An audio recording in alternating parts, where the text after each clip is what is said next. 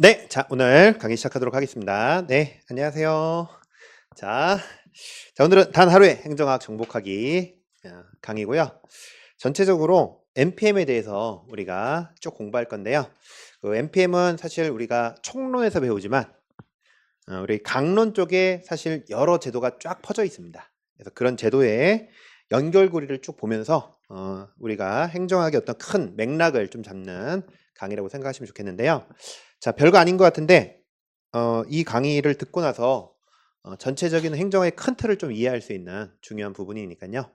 여러분들 이제 자꾸 제가 이제 중간중간에 특강도 이것저것 하고, 그러니까 뭐 무료 특강 같은 거 하고 하면 중간중간에 좀 들으셔도 좋아요. 이렇게 자꾸. 왜냐면 그 커리큘럼 강의는 진도를 나가야 하니까 그 나무가 잘 보일 가능성이 커요. 근데 이제 이런 특강들은 좀 숲을 보는데 좀 도움이 많이 되기 때문에 이런 강의들을 자꾸 들으면서 행정의 전체적인 이해를 좀 높이면서 나무를 하나하나 보다 보면 행정학이 점점점 이해가 되고, 이해가 돼야 암기가 돼요, 여러분들. 이해가 돼야. 단순 암기하면요 계속 까먹어요.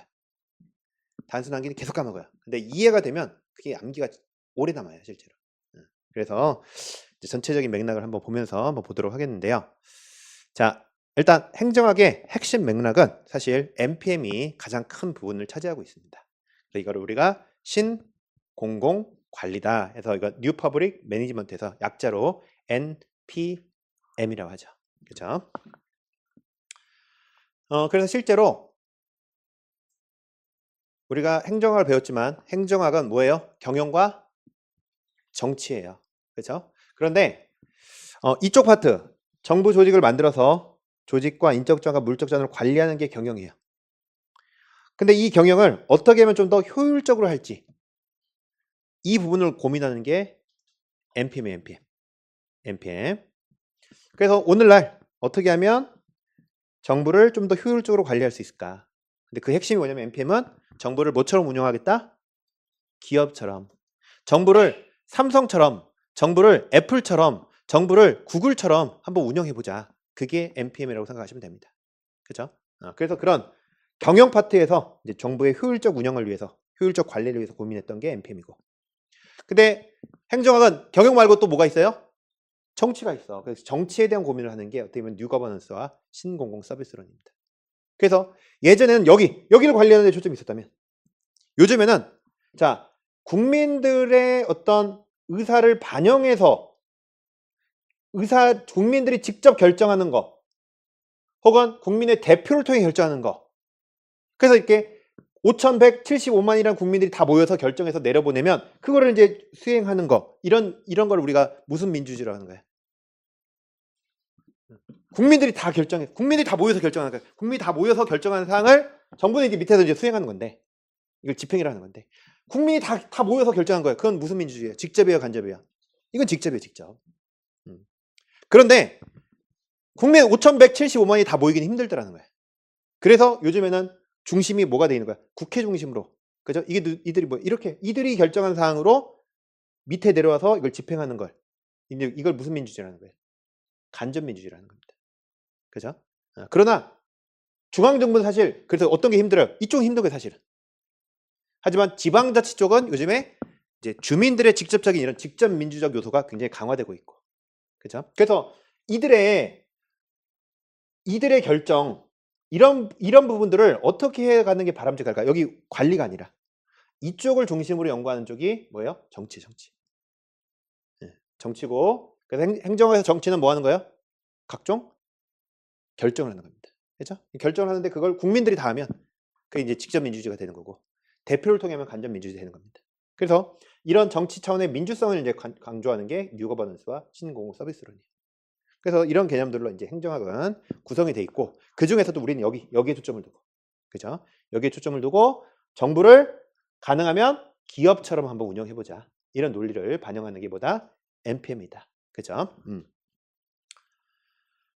그래서 이제 NPM의 배경을 좀 이해하시면 전체적으로 이제 행정학을 좀 이해하는 데 좀 도움이 되는데요. 사실 영국병이 있어요, 영국병. 1970년대의 얘기인데요. 영국을 강타했던 경제적 침체와 사회 전반의 무기력한 분위기를 이르는 말이에요. 1970년대는 굉장히 영국이 경기가 침체되고 굉장히 무기력한 분위기가 굉장히 강했던. 근데 여러분 그 세계 대전, 그죠? 2차 대전 전까지도 세계 최강대국은 어디예요? 세계 최강대국 미국이에요? 영국. 원래 세계 최강대국 영국이었어요. 근데 영국이 2차 대전이 끝나고 나서부터 점점점 쇠퇴하기 시작합니다. 그 자리를 누가 차지하기 시작했어요? 미국이 차지하기 시작하고. 그러면서 영국에서 이제 70년대가 되니까 굉장히 경기 침체와 무기력한 어떤 분위기들이 나타나기 시작하고, 그게 영국병입니다. 2차 대전 이후에 영국의 자리를 미국에 뺏기고요. 또 미국 외에도 유럽, 일본 등이 특히 이제 누가 등장하기 시작해요? 일본. 그죠? 그래서 제조업이 굉장히 발전하고 영국은 발전을 이루지 못하는 이런 상황에 처했습니다. 그래서 실제 여러분들 한 1980년대까지만 해도 80년대 이후에 굉장히 초경제 강국으로 올라왔던 나라가 어디예요? 그거 일본이에요, 일본. 지금의 일본이 아니에요. 옛날에 일본은요, 80년대 이후에 일본은 정말 돈을 싹쓸이해. 그래서 정말 엄청난 강국이 됐고, 유럽도, 그죠? 독일, 프랑스. 독일도 2차 대전 끝나고 나서 패망했는데 자동차, 여러 제조업들이 막 발전하면서 경제 발전을 이루는데 영국은 그걸 따라가지 못했어요.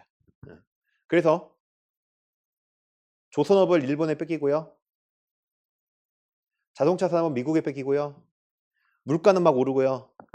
여러 가지 문제점이 드러났고, 그리고 특히 영국병은 노동자들의 고질적 파업, 물가 상승에 맞춘 임금 인상 요구, 이런 것들이 맞물리면서 굉장히 악순환을 거듭했습니다. 자, 임금을 인상을 시켰는데요. 물가 상승하면 물가에 맞춰서 임금 인상을 또 요구해. 또 물가 상승하면 또 임금 인상을 요구해. 그래서 노동력의 생산성이 안 됨에도 불구하고 계속 임금 인상을 요구하는 이런 문제점이 계속 터져나왔습니다. 그런데 그러니까 직장이 있는 사람들은 임금 인상을 계속 요구하고, 직장이 없는 사람들은 막강한 복지 정책으로 노동에 대한 의욕, 그냥 나 실업급여 받을래. 영국은요 굉장히 잘 살았던 나라예요. 최강대국. 그래서 복지가 굉장히 많이 발전해 있었습니다. 돈이 많다 보니까. 그러니까 아예 어떤 사람들은 나 일 안 할 거야, 그냥 실업급여 받아도 돼. 실업급여만으로도 어느 정도 살 수 있는 그런 나라가 됐던 거예요. 그래서 굉장히 직장인들은 임금 인상을 요구하고, 실업자들은 나 일을 안 하려고 그러고, 그러면서 굉장히 여러 가지 영국 산업이 몰락하는 여러 가지 배경이 됐던 겁니다. 거기다가 73년도에 1차 오일 쇼크, 79년도에 2차 오일 쇼크가 터지면서 세계 경제 자체가 어려워지기 시작했고, 영국은 이미 어려웠고, 거기 엎침대 덮친 격 세계 경제가 무너지기 시작합니다. 그러면서 영국이 완전히 파산 위기로 처했던 거예요. 그때 이제 등장했던 여자 수상이 누구예요? 마가렛 대처. 그죠? 마가렛 대처. 그래서 마가렛 대처를 뭐라고요? 철의 여인이라고 했죠. 그래서 실제 이거 진짜 갑옷을 입었어요.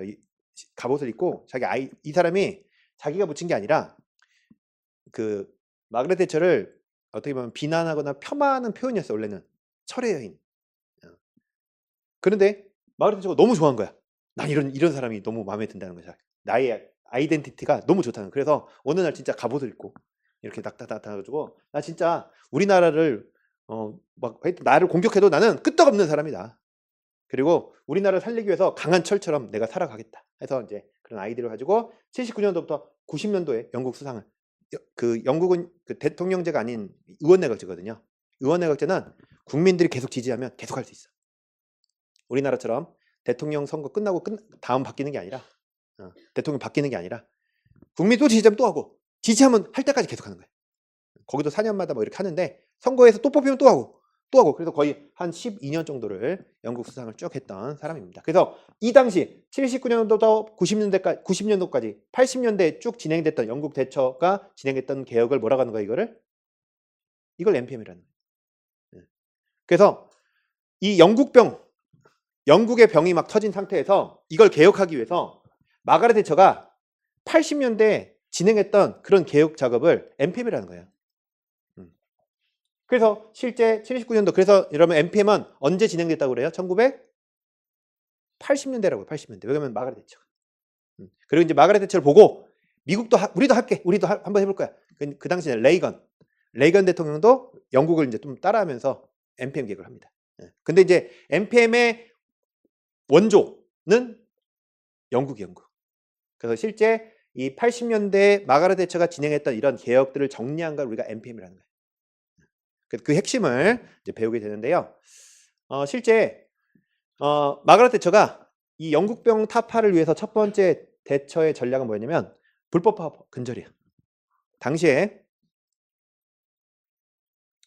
이제 그 불만의 겨울이라고 해서 1978년부터 79년 사이에 이런 대규모 파업으로 영국병이 정점에 달합니다. 엄청난 강성 노조들이 오랜 파업으로 산업 발전에 어려움 강성 노조가 있어요. 굉장히 강한 노조들이. 그런데 석유 파동이 터졌어. 그래서 영국의 물가가 상승했는데 물가 상승하면 원래는 경기가 안 좋으니까 임금을 올릴 수 없는 거예요. 그런데 강성 노조들이 임금 인상을 요구합니다. 물가 올랐으니까 우리도 임금도 올려달라. 그래서 임금 인상을 요구하게 되고 그때 이제 파업에 이제 참여했던 데가 유조차하고 철도 파업이에요. 유조차가 뭐예요? 기름 운송하는. 철도는 뭘 운송해요? 석탄. 그죠? 옛날. 석탄이나 기름을 운송해야 하는데 이게 운송이 안 되기 시작한 겁니다. 임금 인상 요구하는데 임금 인상 안 시켜주니까 파업을 해버린 거예요. 그러니까 뭐가 멈춰요? 공장, 발전소, 학교, 병원, 난방시설 다 마비가 되고 이게 영국의 마비예요. 그리고 이런 파업에 150만 명의 노동자들이 동참해요. 그래서 공장이 중단되고요. 생산 차질되고 수출 타격을 받습니다. 이게 실제 79년도, 8년도에 일어났던 일이에요. 아까 마가렛 대처는 언제 들어왔어요? 79년도에 이제 수상이 되면서 그 배경이에요. 이렇게. 거기에 이런 공장 노동자만 파업에 참여한 게 아니라 환경미화원들도 파업에 동참합니다. 우리도 월급 올려달라. 청소를 안 해. 그래서 영국에 런던에 그냥 쓰레기가 가득 쌓입니다. 근데 갑자기 누구도 파업에 동참하냐면 석탄 노조도 파업에 동참해요. 그러니까 전국적인 파업이 막 진행되는 거예요. 그러니까 산업이 멈추기 시작합니다. 그게 영국이 마가렛 대처가 처음 이제 등장했던 당시의 경제 상황이에요. 영국이. 실제 영국은 산업혁명 이후에 에너지 발전의 대부분을 언제? 산업혁명 옛날 아주 옛날에 산업혁명 이후에 석탄연료로 사용했고요. 그래서 석탄에 대한 의존도가 굉장히 높았던 옛날에는 그랬어요. 근데 이게 사실 석탄으로 운영하면 안 되고 뭐로 바뀌어야 돼요? 사실 사회가 발전하면서 뭐 석유나 뭐 전기나 뭐 풍력이나 뭐 그런 걸 바꿔야 하잖아요. 근데 여기 석탄이 워낙 강성 노조야. 그러니까 석탄으로 계속 하자. 이런 어떤 움직임들이 굉장히 강해서 석탄 노조들이 굉장히 강력한 힘을 발휘했습니다. 그래서 이걸 없애야 하는데 사실 없애야 하는데 강력한 노조 때문에 적자지만 정부 지원을 받아서 계속 운영했어요. 그래서 여러 가지 하여튼 그래서 정부의 지원으로 적자로 막 운영되다 보니까 이거 광산들이 굉장히 비효율적이고 굉장히 적자를 야기하면서 영국 경제에 굉장히 큰 손해를 미치고 있었던 겁니다. 그래서 영국에 전반적으로 자 뭐가 막 일어나요? 이렇게 불법 파업들, 각종 이런 파업들이 막 발생하고 있었고 다만 이런 경제 어려움 속에서 정부는 자꾸 뭐요? 정부 돈을 들여가지고라도 이 강성 노조에 맞춰서 살아갔던 거예요. 이런 문제점들이 영국에 퍼져나갔고 그래서 실제 마가렛 대처가 이제 등장하면서 생산성이 떨어진 탄광을 다 폐쇄시킵니다. 20곳. 근데 여러분들 석탄 그 광부분들은 좀 이게 약간 순할까요? 아니면 약간 터프가이. 약간 터프가이들이 많아. 그죠? 이게 굉장히 강해요. 그래서 실제 2만 명의 광부를 해고했는데 그러다 보니까 탄광노조가 대규모 파업에 이제 들어갑니다. 근데 보통이 아니야 이분들은. 거의 막 전사들이야 전사들. 그래가지고 이 당시의 배경으로 하는 영화들이 꽤 많아요. 그죠? 이 배경에. 그래서 실제 파업에 참여 안 했던 광부들은요 거의 막 집단 폭행 당하고 막 그러고 영화들 보면 많아요. 막 여러 영화 빌리 엘리어트라는 영화도 있고 하여튼 다 그런 배경으로 하고 있습니다. 그래서 그런 과정에서 굉장히 강성이고 굉장히 터프가이들의 파업이야. 기존과는 좀 달라요. 그래서 경찰 기마대를 투입했습니다. 그래서 경찰 기마대 투입해서 몽둥이로 막 두들겨 패고 해가지고 이제 신문에 나기 시작했는데 그래서 마가렛 대처가 이제 비판을 받아요. 노조들을 이제 그 무력 진압했다 해가지고.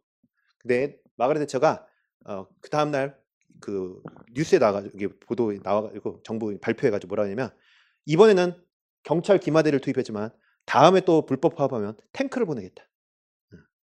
그래가지고 불법 파업을 철저하게 응징하고 내가 무너뜨리겠다는 강력한 메시지를 던집니다. 그래서 실제 이제 불법 파업을 막아내는 이 불법 파업들이 경제를 지금 막고 있는 거예요. 그런 것들을 막기 위한 여러 가지 정책을 폈습니다. 그래서 실제 그 지금 뭐가 문제예요? 기름도 멈추고 그렇죠? 석탄도 멈추고 여러 가지 문제점이 생긴 겁니다. 그래서 이제 비노조원들, 노조에 가입 안 한 사람들한테 좀 더 운수 그 사람들을 좀 투입을 하기 시작했고요. 파업 기간에 사용할 석탄을 미리 확보하고요. 석탄도 외국에서 수입하기로 하고요. 석탄 노조에 대응하기 위해서. 그래서 막 부딪히다가 석탄 노조가 져요. 왜 지냐면 시간이 지나가면서 뭐가 왔어요? 여름이 와. 여름이 오면서 더 이상 석탄이 필요 없어졌어. 국민들이 막 추우면 석탄 노조 어떻게든 석탄 다시 해가지고 그냥 살자 이럴 할 텐데 더우니까 노조의 지지를 많이 안 했어요. 그냥 이제는 당장은 석탄 필요 없으니까.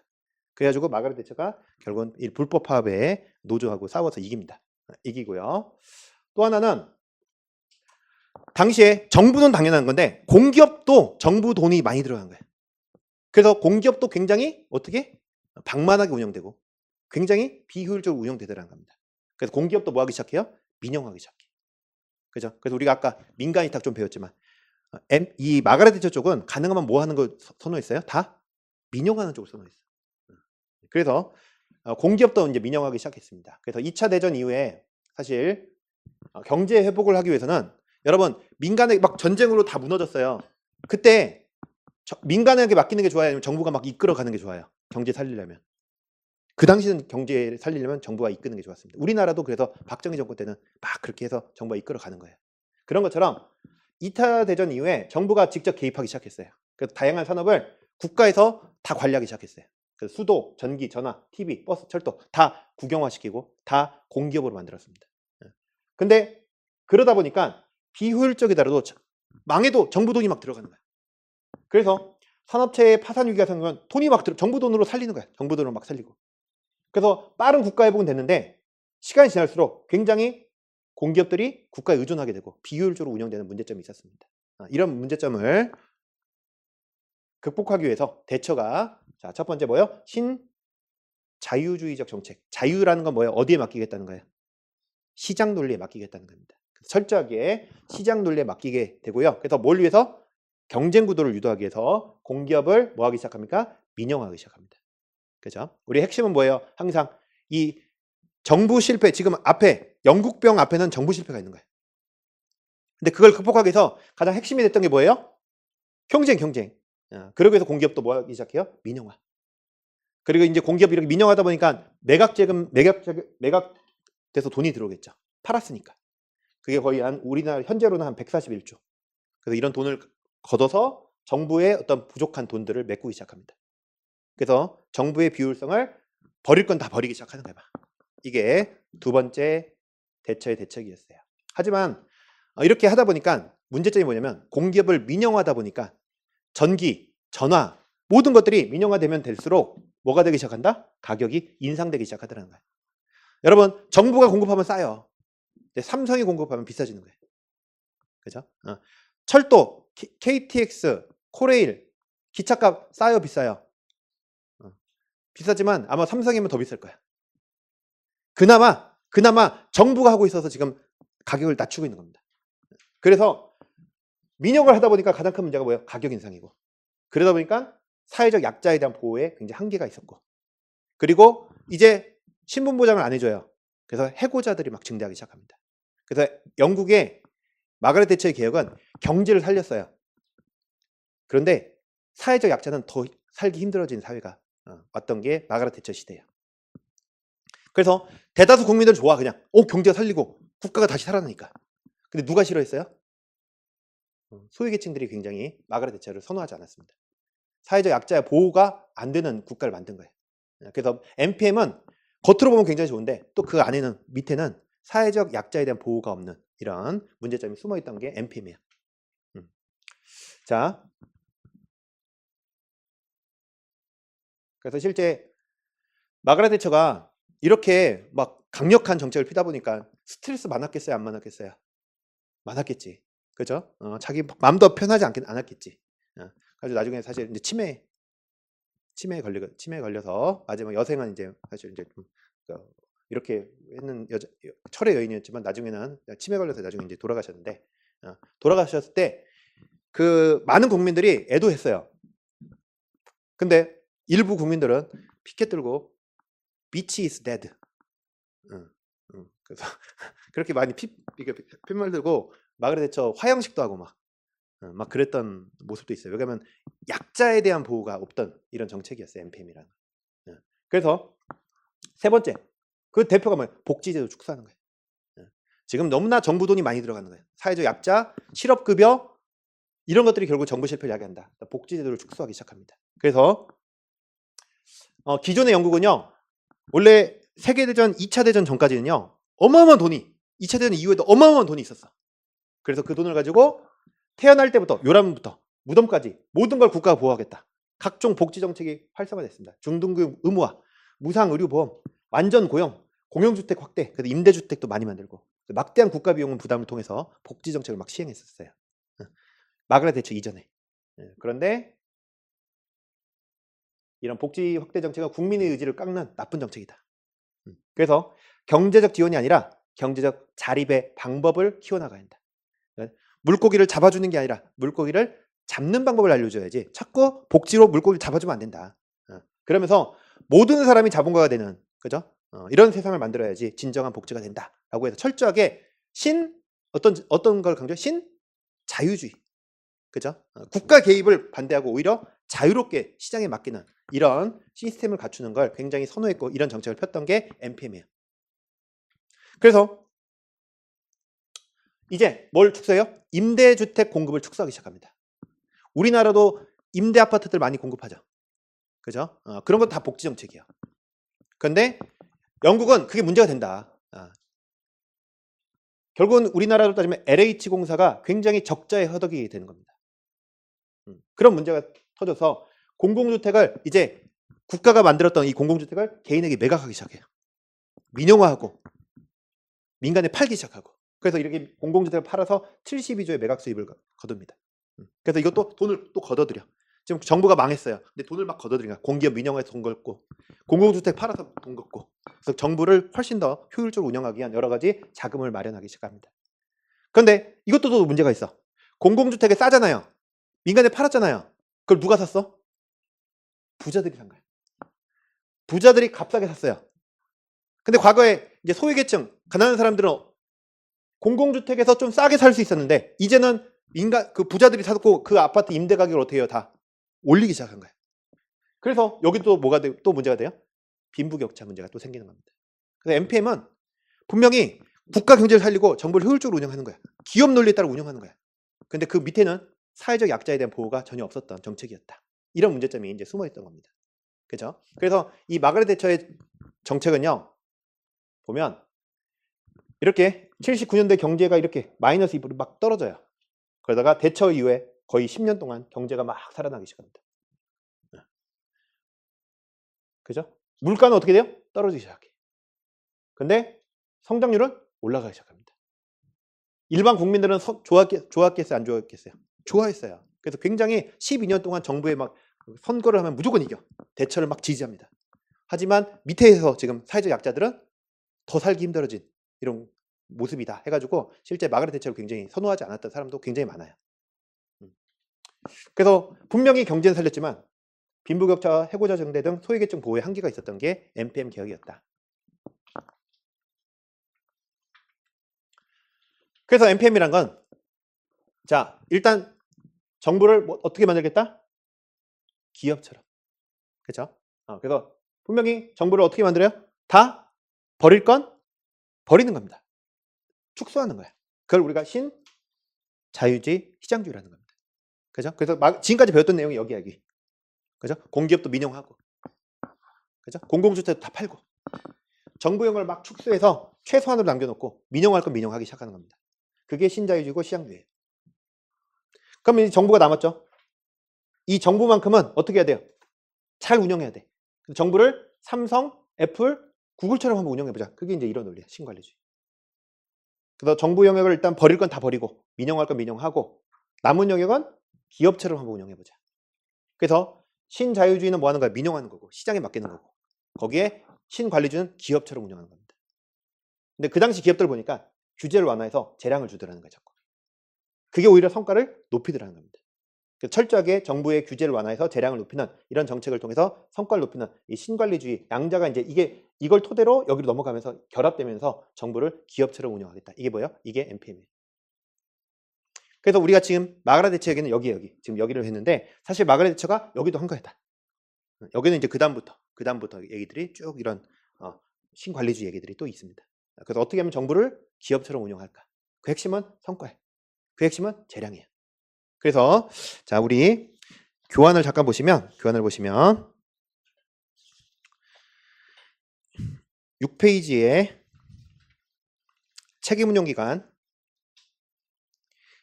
7페이지에 저기 뒤에 있어요. 7페이지에 공기업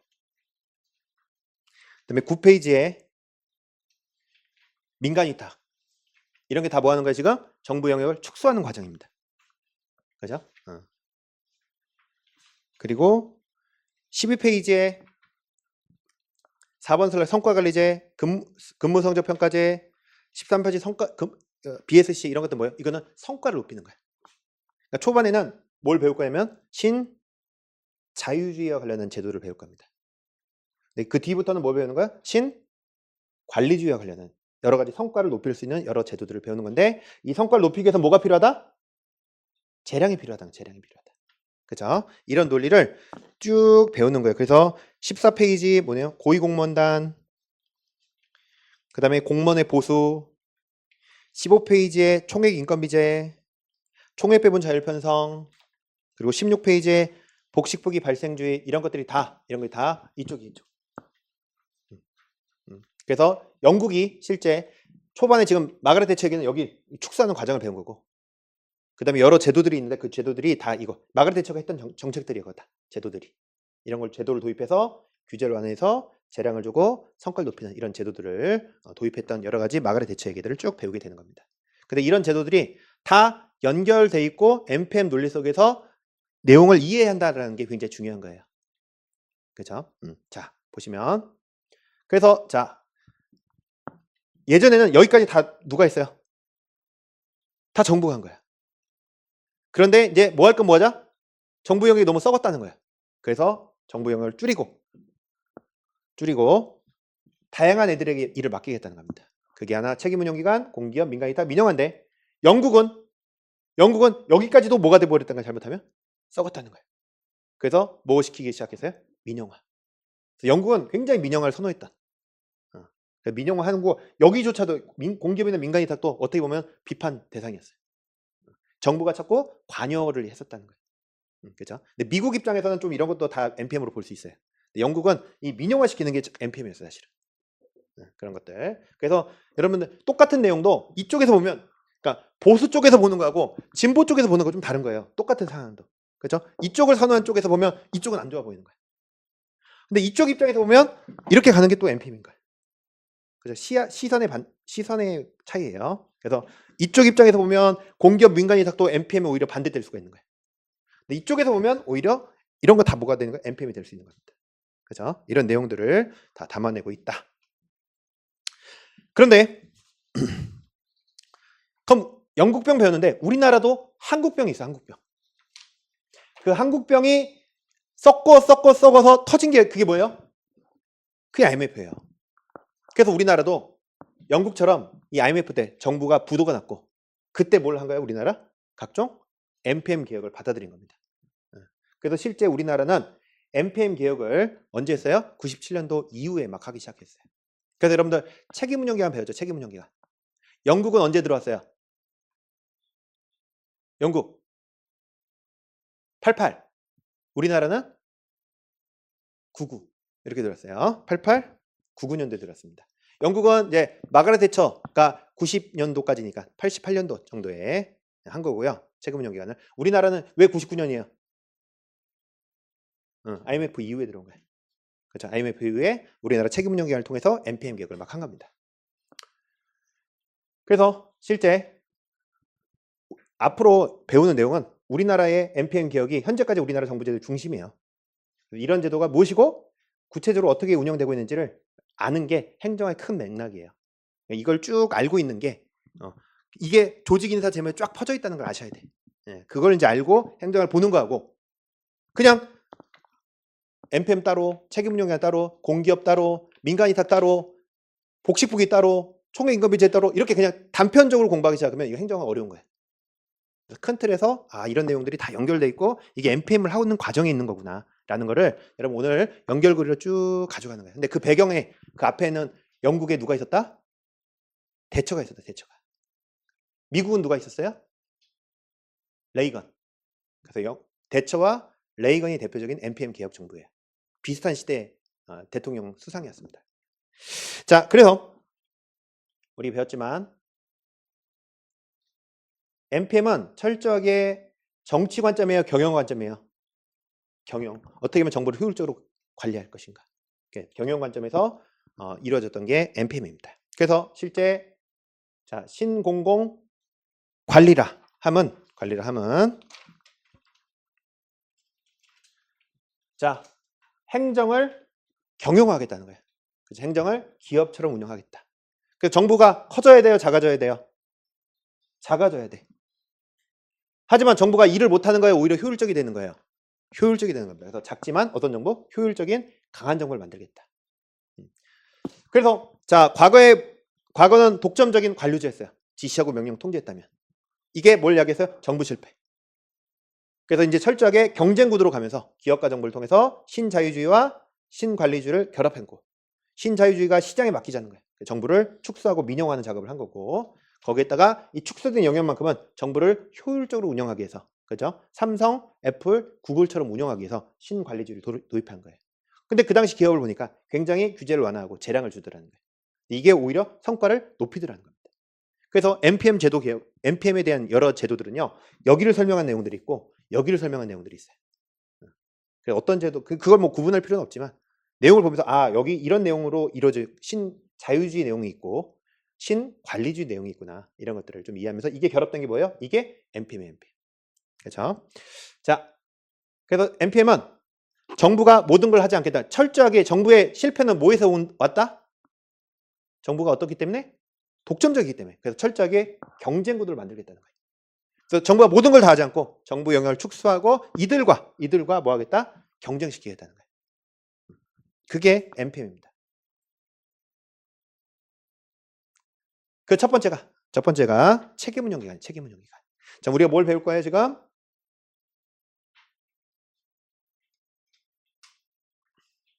정부가 하던 영역을 축소하고 이런 애들에게 일을 맡겼다는 거예요. 그죠? 이게 뭐예요? 이게 경쟁이야. 그죠? 이 경쟁 과정에서 하나가 될 수 있는 게 책임운용기관이고 또 이 과정에서 또 정부와 경쟁할 수 있는 게 공기업이고 또 이 중 하나가 민간위탁이고 하나가 민영화가 될 수 있는 겁니다. 그죠? 이런 거. 그래서 하나하나를 이렇게 배우는 거고 그래서 이들이 일을 점점점 나눠서 한다. 이런 개념이 신자유주의. 정부 영역을 축소하고 민영화할 건 하고 민간위탁할 건 민간위탁하고 책임운용에 맡길 건 맡기고 그죠? 그러나 이쪽도 이제 숨어 있는 거죠. 자, 그래서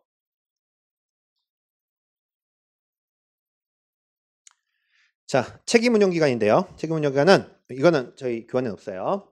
자, 이게 우리나라 정부 조직도입니다. 우리나라 정부 조직이야. 이게 어디야? 여기야. 그래서 정부 조직을 우리가 뭐라고 하는 거? 일반 행정기관이라고 하는 겁니다. 근데 일반 행정기관, 이 정부 영역은 재량이 있어요, 없어요? 커요, 작아요? 작은 거예요, 작은 거. 정부 영역은 여러분 나중에 공무원 되시면 여러분 맨날 일할 때 뭐만 보는 거예요? 규칙만 보는 거야. 법대로 되나? 이런 것만 보는 겁니다. 그러니까 철저하게 정부 영역은 굉장히 뭐가 많아요? 법적 규제가 많아요. 여러분 일할 때 굉장히 나중에는 그래서 여러분들이 뭘 도와주고 싶어도 도와줄 수가 없는 거예요. 하려고 하면 다 규정 위반. 뭐 하려고 하면 규정 그런 걸로 이제 운영되는 게 일반 행정기관들이. 그래서 이렇게 운영해서는 도저히 안 되겠다 해서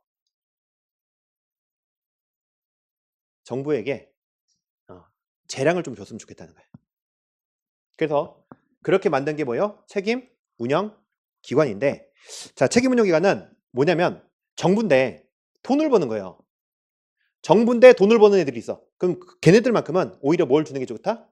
재량을 줘서 성과를 더 높였으면 좋겠다는 거예요. 그래서 자, 여기는 일반 행정의 정부인데요. 여긴 법적 규제가 굉장히 많은 거예요. 그런데 정부인데 어떤 경우가 있어요? 돈을 버는 애들이 있다는 거예요. 그럼 정부인데 돈을 벌다 보니까 얘네들에게는 오히려 뭘 주는 게 좋다? 오히려 재량을 줘서 기업처럼 운영하게 만들어서 성과를 높이는 게 더 좋겠다는 겁니다. 그래서 자, 공공성이 굉장히 커요. 그래서 정부가 하는 겁니다. 근데 돈을 벌어요. 그래서 정부 기업 형태로 만든 게 이게 책임운영기관이에요. 그래서 기본적으로 정부가 돈을 벌다 보니까 성과를 높여야 돼. 그러기 위해서 뭐가 필요했다? 재량. 그죠? 그래서 책임운영기관은 두 가지가 섞여 있어요. 기본적으로 신자유주의 관점에서도 이해할 수 있지만 신관리주의 입장에서도 이해할 수 있는 겁니다. 대표적으로 영국에서 마가렛 대처가 언제? 이 88년도에 이제 도입했던 겁니다. 우리나라는 몇 년? 99년. 우리나라 99년인 이유가 뭐예요? IMF 때 우리나라 MPN 개혁을 했기 때문이에요. 그래서 실제로 책임운영가의 가장 대표적인 MPN 개혁 중에 하나입니다. 뭐예요? 정부를 어떻게 운영했다? 기업처럼. 그죠? 그래서 자, 책임운영기관에는 재량을 주는 게 맞아요? 아니면 규제가 있는 게 맞아요?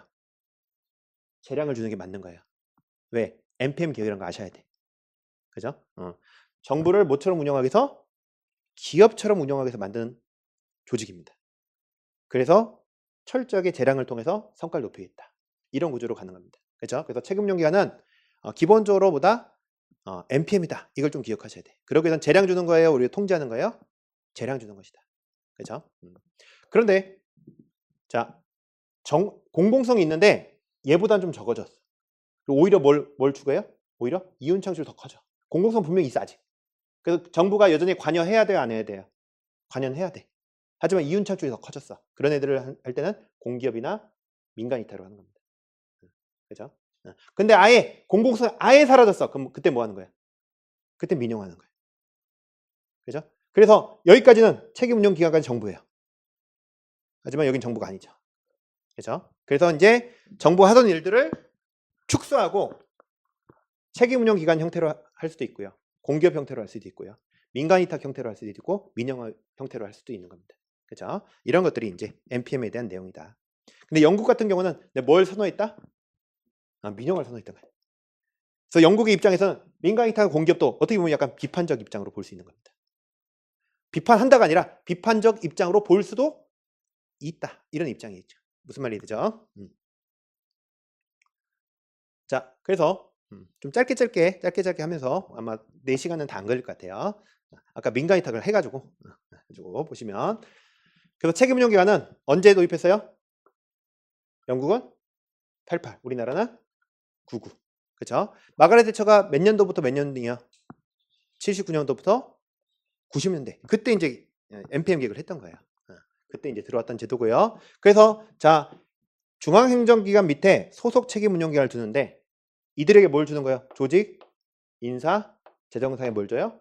자율성을 주고 뭘 높이는 거예요? 성과책임을 놓는 겁니다. 그런데 여러분들 분명히 재량을 줘요. 근데 여기 소속 책임운영기관장 이 열심히 일하려면 정년을 보장하는 게 좋아요? 아니면 정년을 보장 안 하고 짧게 임기를 정하는 게 좋아요? 어떤 게 좋아요? 짧게 임기를 정해주는 게 좋은 거예요. 여러분 공무원들이 열심히 일 안 하는 이유 중에 하나가 뭐예요? 정년 보장 때문에 그런 거예요. 난 안 잘려. 열심히 하든 안 하든. 그래서 공무원 되면 뭐가 싫냐면 이게 싫대요. 일 안 하는 채도 나랑 월급이 똑같다는 게 너무 싫대. 일 안 하는 여러분 열심히 일할 거예요. 여러분 열심히 일하는데 일 안 하는 채랑 나랑 월급이 똑같아. 그게 너무 싫대요. 그래서 이쪽은 당연히 이 맨 위에 장을 어떻게 해야 돼요? 임기를 정해주는 겁니다. 그래서 임기제로 하는 거예요. 임기제로. 왜요? 열심히 일하게 만들려면 임기를 짧게 정해서 일 잘하면 어떻게 해요? 연장하는 거, 연장하는 거. 그죠? 근데 아예 60세로 정년을 보장해주면 그냥 열심히 일 안 해도 되는 거니까. 그래서 이 책임운용기관장들은 다 임기를 정하는 겁니다. 그래서 5년 범위에서 최소 2년으로 이렇게 잡아서 뭐 2년, 3년, 4년, 5년 이렇게 임기를 정해가지고 이 사람한테 아예 뭘 줘버려요? 재량을 주는 거야. 네가 마음껏 한번 운영해봐. 대신에 돈은 많이 벌어야 돼. 약간 이렇게 운영하는 게 책임운용기관이에요. 과거에 마가렛 대처 정부에서 만든 거 이거. 민영 안 하고 오히려 정부가 여전히 해야 돼. 민영할 건 민영하지만 아까 공공성 여진이 많이 남아 있으면 정부가 해야 하거든요. 그런데 정부가 하더라도 어떻게 하겠다? 효율적으로 하기 위해서 임기를 정하고 조직인사 재정에 자유를 주고 돈 좀 많이 벌어. 이런 구조의 어떤 정부 기업들을 새롭게 만들었던 게 영국이. 그래서 영국이 정부가 할 거는 책임운용기관을 많이 했고 굳이 정부가 안 할 거는 민영화를 많이 했던 거예요. 그죠? 그게 이제 영국의 개혁들이었습니다. 자, 이런 내용이 이제 기본적으로 숨어 있는 거고. 그래서 자 보시면 공기업과 책임운용기관을 비교했을 때 누가 더 이윤 추구하는 거예요? 공기업으로 갈수록 더 이윤 추구하는 겁니다. 그래서 이윤 추구하면 책임운용기관보다는 공기업이 더 나아요. 그래서 공기업에 비해 이윤 추구를 더욱 중요시하는 기관은 아닙니다. 근데 왜 책임운용기관 하냐? 공공성이 크기 때문이에요. 근데 민영화는 어려워요. 그래서 정부가 직접 수행하기 위해 만든 게 뭐다? 책임운용기관이다. 그래서 정부가 직접 하되 누가 하되? 정부가. 근데 수단은 민간의 요소, 민간의 시장 요소를 도입한 거 그게 기업이에요. 그래서 정부 기업으로 만든 게 책임운용기관입니다. 그래서 책임운용기관은 MPM 원리에 의해 등장한 거 맞는데 새로운 형태의 민영화 수단이 아니라 새로운 형태의 정부 조직이에요. 기존에 없던 새로운 정부 조직을 만든 겁니다. 근데 책임운용기관을 만들면 정부 역할이 축소돼요? 아니면 여전히 똑같아요? 똑같습니다. 왜 그러면 얘가 하든 다 뭐예요? 다 정부예요. 그렇죠? 얘가 하던 일을 여기다 줬다고 해도 정부 영역은 축소된 건 아닙니다. 그렇죠? 여기다 넘기면 이제 정부가 축소되는 거지만 책임운용계에 맡았다고 그거는 축소된 건 아니에요. 그렇죠? 자, 그리고 결정 기능으로부터 집행 기능을 분리한 집행 중심의 조직이다. 돼 있어서 자 보면 일반 행정기관은 여전히 뭐는 하는 거야? 결정은 다 정부가 하는 거예요. 결정은. 근데 집행은 굳이 정부가 다 할 필요가 없다는 거예요. 집행은 책임운용기관, 공기업, 민간이사 민영화로 집행은 다른 에게 맡길 수 있다. 그런 차원에서 좋은 것 중에 하나가 책임운용기관입니다. 그래서 MPM은 철저하게 결정과 집행을 분리해요. 분리해서 집행만큼은 다른 애들에게 맡길 수 있다는 게 MPM이에요. 그래서 자, 결정과 집행을 뭐 한다? 분리해요? 통합해요? 분리해서 다양한 애들에게 맡기는 걸 MPM이라는 거예요. 시험에 자꾸 결정과 집행을 통합한다 이렇게 나와. 통합하는 게 아니라 뭐 하는 거예요? 분리하는 겁니다. 분리하는 거예요. 자, 여기까지가 책임운용은 여기까지 하고 잠깐 쉴 거예요. 우리 한 40분 좀 짧게, 특강은 저 원래 짧게. 그런데 자 보시면 중요한 건 뭐냐면 재량 줬어요. 성과 높여야 돼. 그럼 성과 높이기 위해서 성과 뭘 해야 돼? 성과 평가를 해야 돼. 그래서 성과 평가 기관들을 자꾸 두는데요. 그게 뭐냐면 각 중앙기관별로 뭘 둬요? 책임운용기관 운영, 심의에서 평가를 합니다.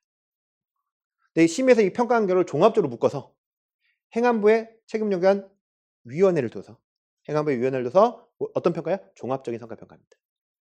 자, 그래서 이런 애들이 왜 필요한지를 아셔야 돼. 지금 MPM이기 때문에 성과를 높여야 되고 그러려면 성과 평가를 해야 돼요. 그러기 위해서 자 중앙행정기관별로 뭘 두고? 심의를 두고 이걸 종합적으로 다시 평가하기 위해서 행안부에 뭘 둬요? 위원회를 둡니다. 자꾸 이거 바꿔요. 여기 위원회, 여기 심의에 바꾸니까 어디에? 중앙행정기관을 심의해. 그리고 여기는 위원회. 위원회 어디 있다 둬요? 행안부에. 그죠? 시험에 자꾸 기획예산처에, 재정경제부에 이렇게 나와요. 그게 아니에요. 어디에 두는 거예요? 행안부에 두는 겁니다. 그래서 행안부에. 그래서 이런 성과평가를 왜 하는지도 아셔야 돼. 이런 거 왜 나오냐? 이 MPM이기 때문에, MPM이기. 그죠? MPM이기 때문에 재량을 주고 성과책을 물어야 하는데 성과책을 묻는 게 성과평가예요. 그죠? 그러기 위해서 심의회와 위원회를 둔다. 이렇게 보시면 되겠습니다. 자, 여기까지 해서 우리 책임운용기관 배웠고요. 잠깐 쉬었다가 공기업에 대한 내용들 배우도록 하겠습니다.